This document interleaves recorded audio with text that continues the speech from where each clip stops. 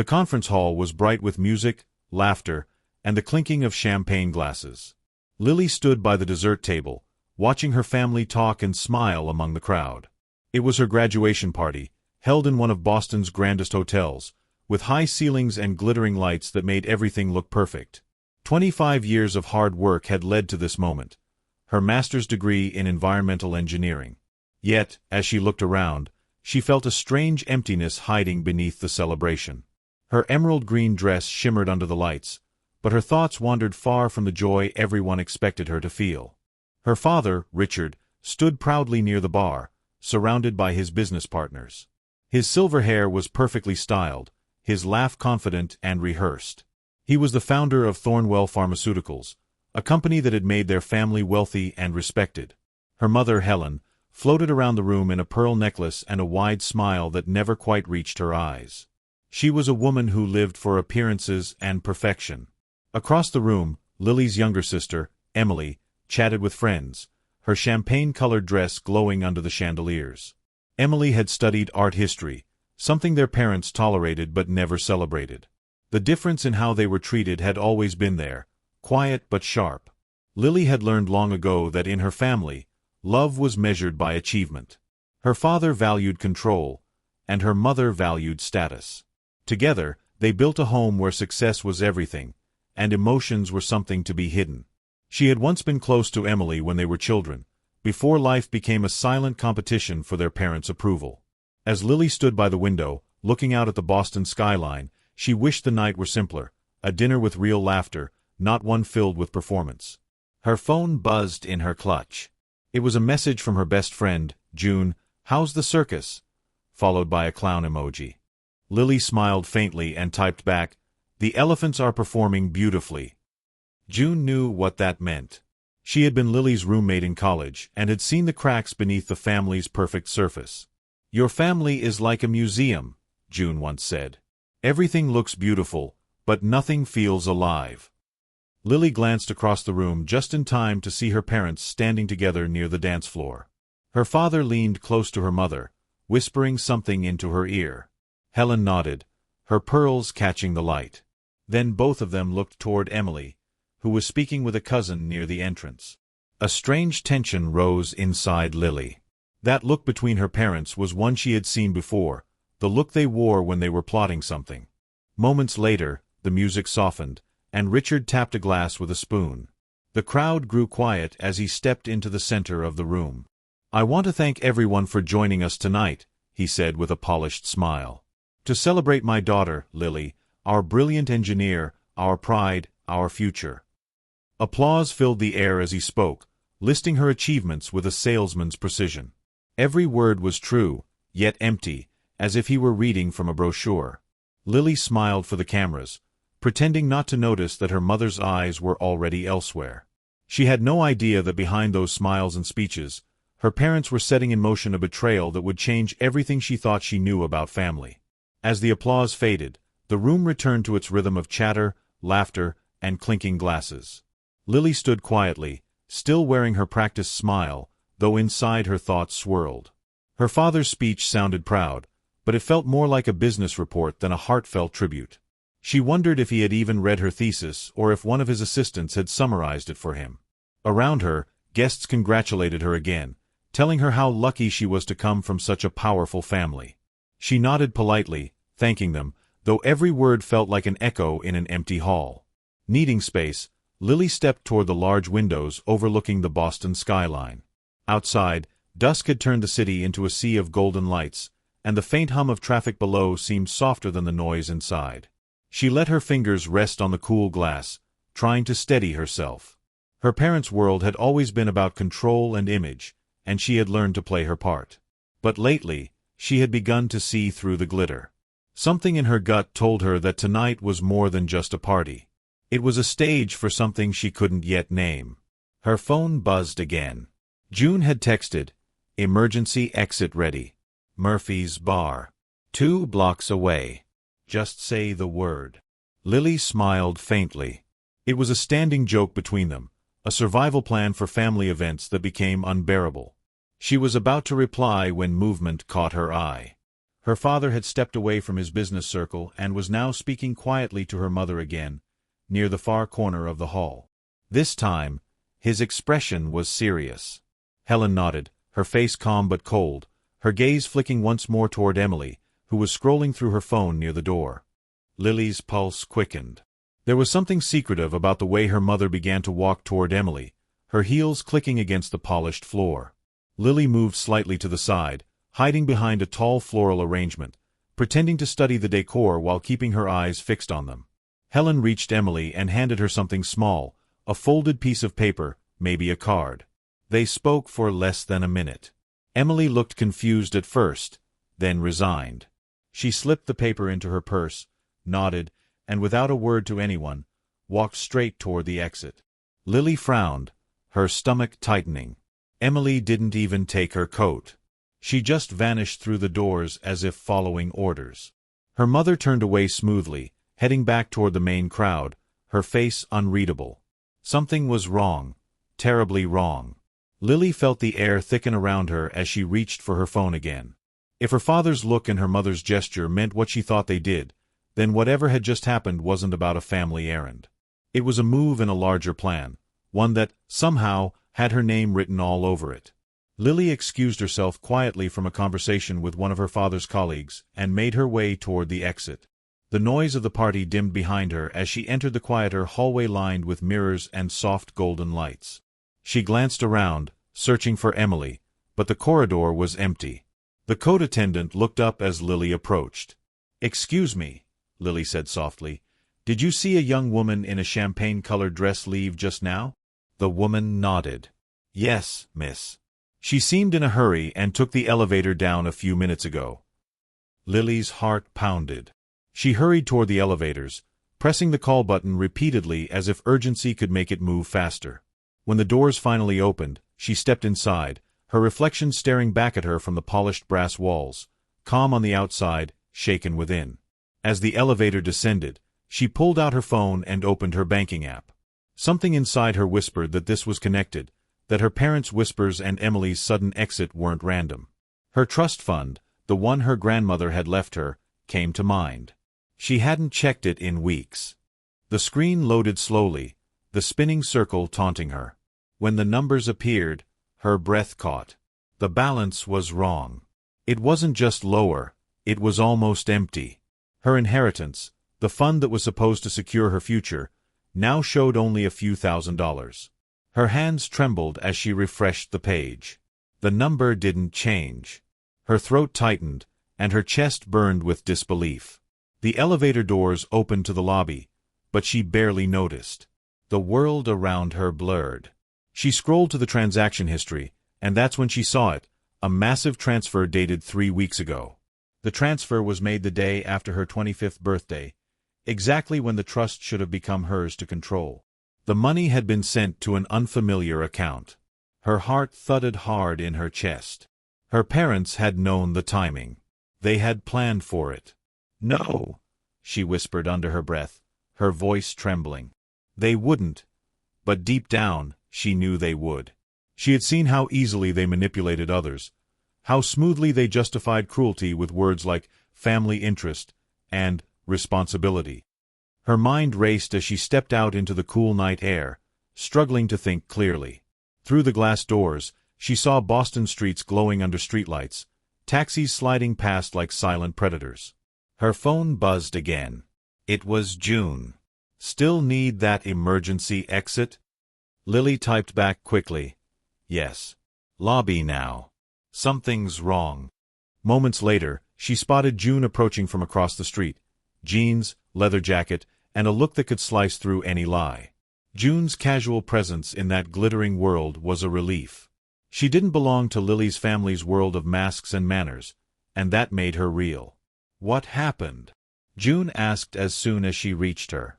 Lily explained everything, the whispers, Emily's departure, the missing money. June listened quietly, her sharp eyes narrowing with each word.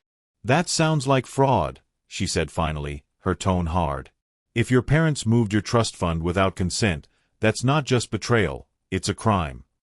Lily's voice shook. "But they can't. I'm 25 now. It's supposed to be under my control. June pulled out her phone. Unless they had access through your advisor or forged something. When's the last time you reviewed the trust documents? Lily hesitated, realizing she never had. I trusted them, she said softly. June sighed, sliding her phone back into her jacket. And that's what they counted on. Wealthy families like yours know trust is the easiest lock to pick. Lily felt the truth of that like a punch to the gut. The night wind brushed against her bare arms, but the chill came from inside. What do I do now? She asked, her voice small. June straightened, her eyes sharp and determined. You don't confront them yet. You play smart. You act normal. I'll make some calls tonight, quiet ones. We'll trace the transfer, see where the money went. Lily nodded, though her pulse still raced. The thought of walking back into that ballroom, smiling, pretending, knowing her parents had just stolen her future, felt unbearable. But June was right. They couldn't know she was aware. Not yet. You're stronger than they think, June said, gripping her shoulder. They've underestimated you your whole life. Let them keep doing it. Lily exhaled slowly, forcing calm into her body. Okay. I'll go back in. I'll smile, toast, and act like nothing happened. June smirked. That's my girl. Let the sharks believe the water's calm. Back inside, the party had shifted to dancing. The jazz band played softly as couples twirled beneath the chandeliers. Lily slipped through the crowd, every step rehearsed, every smile carefully placed. Her mother spotted her immediately, gliding over with a look of perfect concern. There you are, sweetheart. Where have you been? Lily matched her tone easily. Just needed some air. Helen smiled. Of course, darling. You must speak to the Harrisons before they leave. They're very interested in your work. Lily nodded, letting herself be led, her heart steady but cold now. Across the room, her father laughed with investors, glass in hand, appearing every bit the proud parent. Lily watched him carefully, every movement, every expression. How easily he played the role. The betrayal hadn't shaken him, it had thrilled him. He was always in control, until tonight. Lily clinked glasses, accepted compliments, and endured polite questions, all while her mind calculated. They had stolen her trust fund thinking she would never notice. But they didn't know the kind of storm they had just woken inside her. As the music swelled, Lily smiled thinly. Let them celebrate, she thought. The real party hasn't even started. By the time the clock struck 11, the crowd had begun to thin. Guests collected coats, exchanged hugs, and offered promises to stay in touch. Lily stayed near the edge of the room, watching her parents glide through their perfect goodbyes like seasoned performers. Her father's laughter never faltered, and her mother's poise never cracked. Only when the final guest departed did the masks begin to slip. The room was quieter now, filled only with the faint hum of the air conditioner and the soft rustle of staff clearing glasses. Lily stood by the dessert table again, the same spot where the night had begun, feeling like she had lived a lifetime since. Her father approached, his posture relaxed, a faint trace of whiskey on his breath. "Wonderful evening," he said, patting her shoulder. "Your mother and I are proud of you, truly."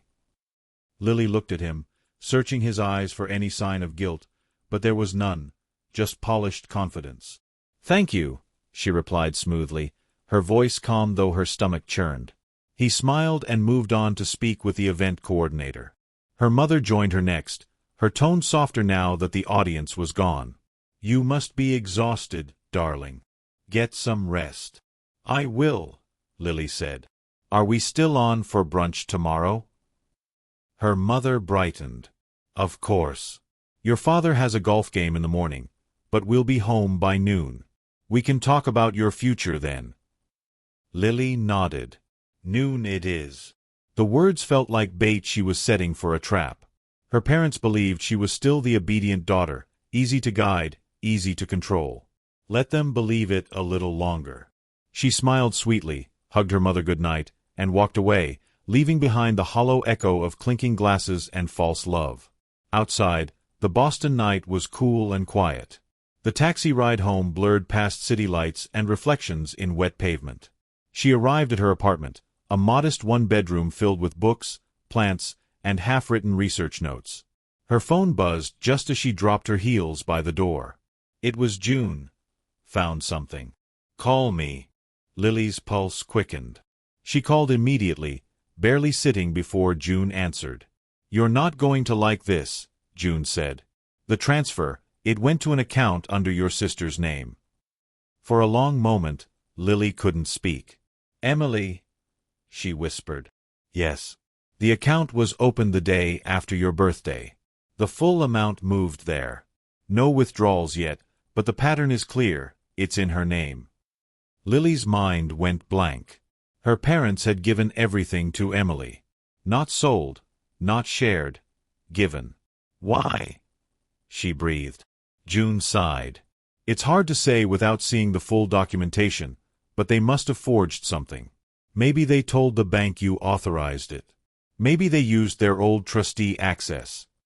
Lily pressed her palms against her temples, shaking her head. Her voice came out low and trembling. They didn't just steal from me. They used my sister to do it. June hesitated. Maybe Emily doesn't even know. Maybe they lied to her, too. Either way, we'll find out. I can get a lawyer friend involved tomorrow. Lily nodded slowly, though her mind was already racing ahead. No, she said quietly. Tomorrow morning, I'll talk to Emily myself. June sounded doubtful. You think she'll tell you the truth? If she knows, I'll see it in her eyes. If she doesn't, then she deserves to. That night, sleep barely came. Every time Lily closed her eyes, she saw her father's smug smile and her mother's careful lies. She remembered her grandmother, the only person who had ever truly believed in her. The trust fund had been her gift of independence, her shield against the manipulations of family wealth. Now it was gone, stolen by the very people she had been raised to trust. At dawn, she sat by the window, watching the first light wash over the river. Her phone buzzed again. A message from Emily. Sure. Coffee at 10. Usual place. By 10 o'clock, Lily sat in their old cafe near Boston Common.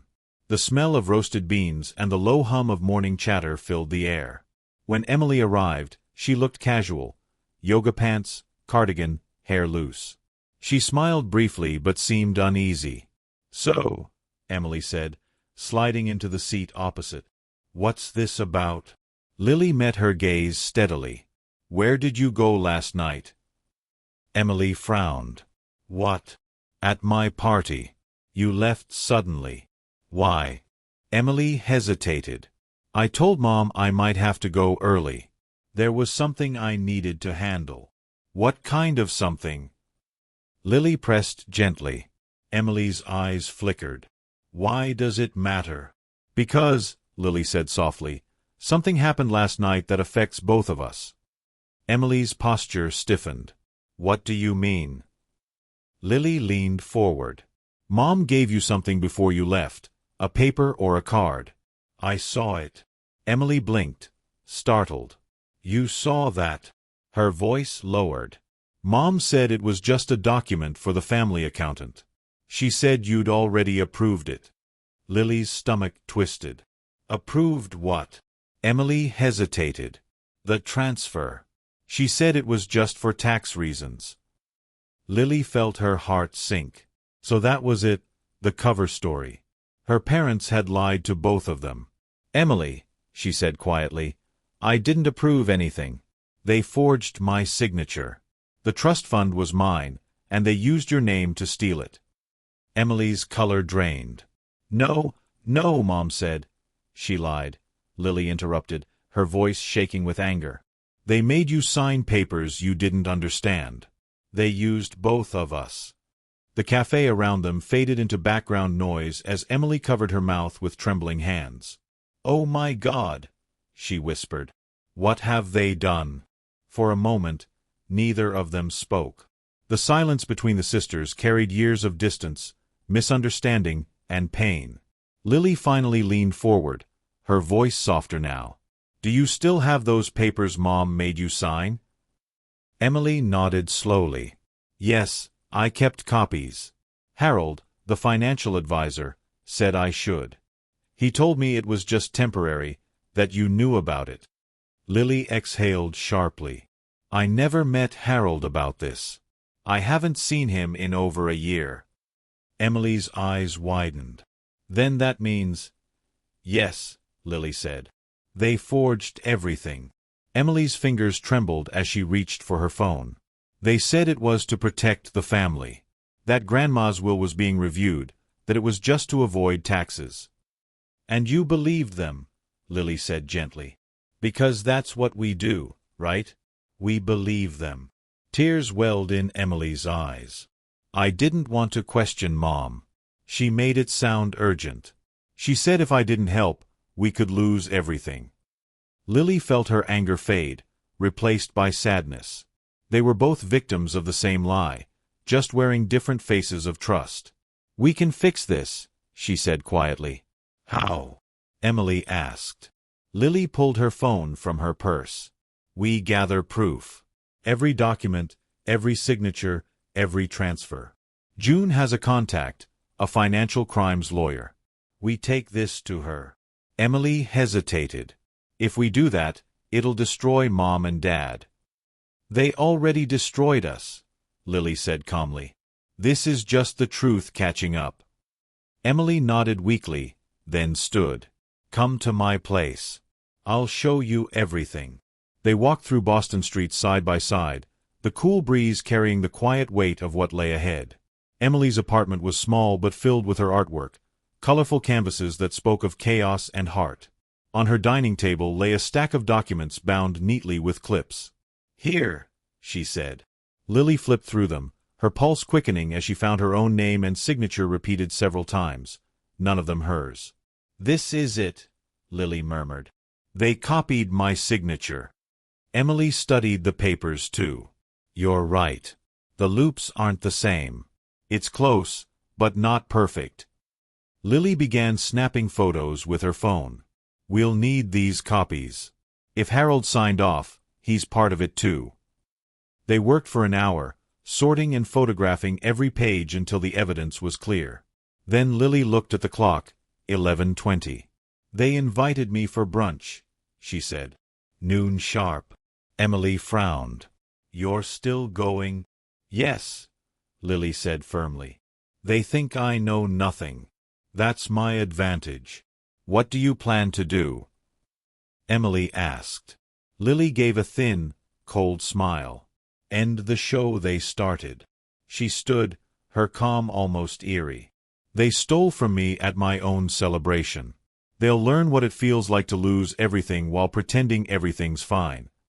30 minutes later, Lily arrived at her parents' elegant Beacon Hill townhouse. The door opened before she knocked. Her mother smiled as though nothing in the world was wrong. Darling, come in. Your father's just back from golf. Inside, the house looked exactly as she remembered, expensive, silent, and soulless. Emily was already there, pretending innocence. They exchanged a brief glance before following Helen to the dining room. We made all your favorites, her mother said cheerfully. Smoked salmon, bagels, fresh juice. Sit, sit. Lily obeyed, forcing her expression to stay calm. So, Richard said as he poured himself coffee, your mother tells me you've been looking into your finances. Lily smiled faintly. Yes. I checked my account last night and noticed something odd. My trust fund seems empty. The room froze. Her mother's smile stiffened. Empty? That must be a technical error, dear. That's what I thought, Lily said evenly, until I found the transfer record. Richard's eyes narrowed. And what exactly are you implying? I'm not implying, Lily said. I'm stating. You moved my inheritance into Emily's name using forged documents. Her father's jaw tightened. You should be careful with your accusations. I'm past careful, Lily replied. Emily has the documents. I've seen them. The signatures are fake. You stole from me. Emily reached into her bag and placed the copies on the table. "They lied to both of us," she said quietly. Helen's voice trembled. "Girls, listen to me. It was for the family's good." "The family," Lily said bitterly. "You mean your image. You can't stand that Grandma trusted me more than him." Richard stood abruptly, his voice cold. "That money came from my company's success. It belongs to me." "No," Lily said firmly. "It belongs to integrity, something you lost years ago."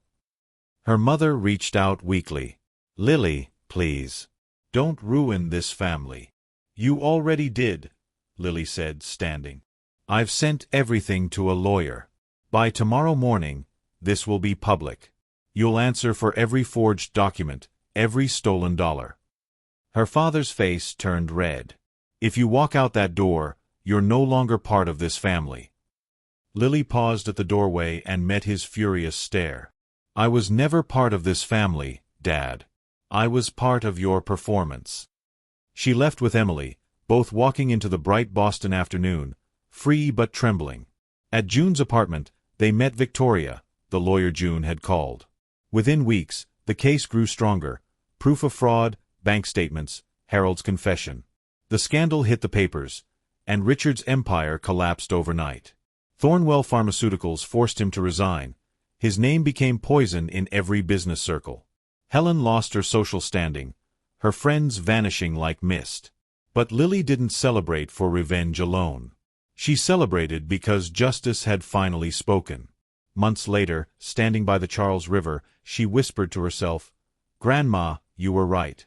They can take money, but never my strength." And for the first time, Lily felt free.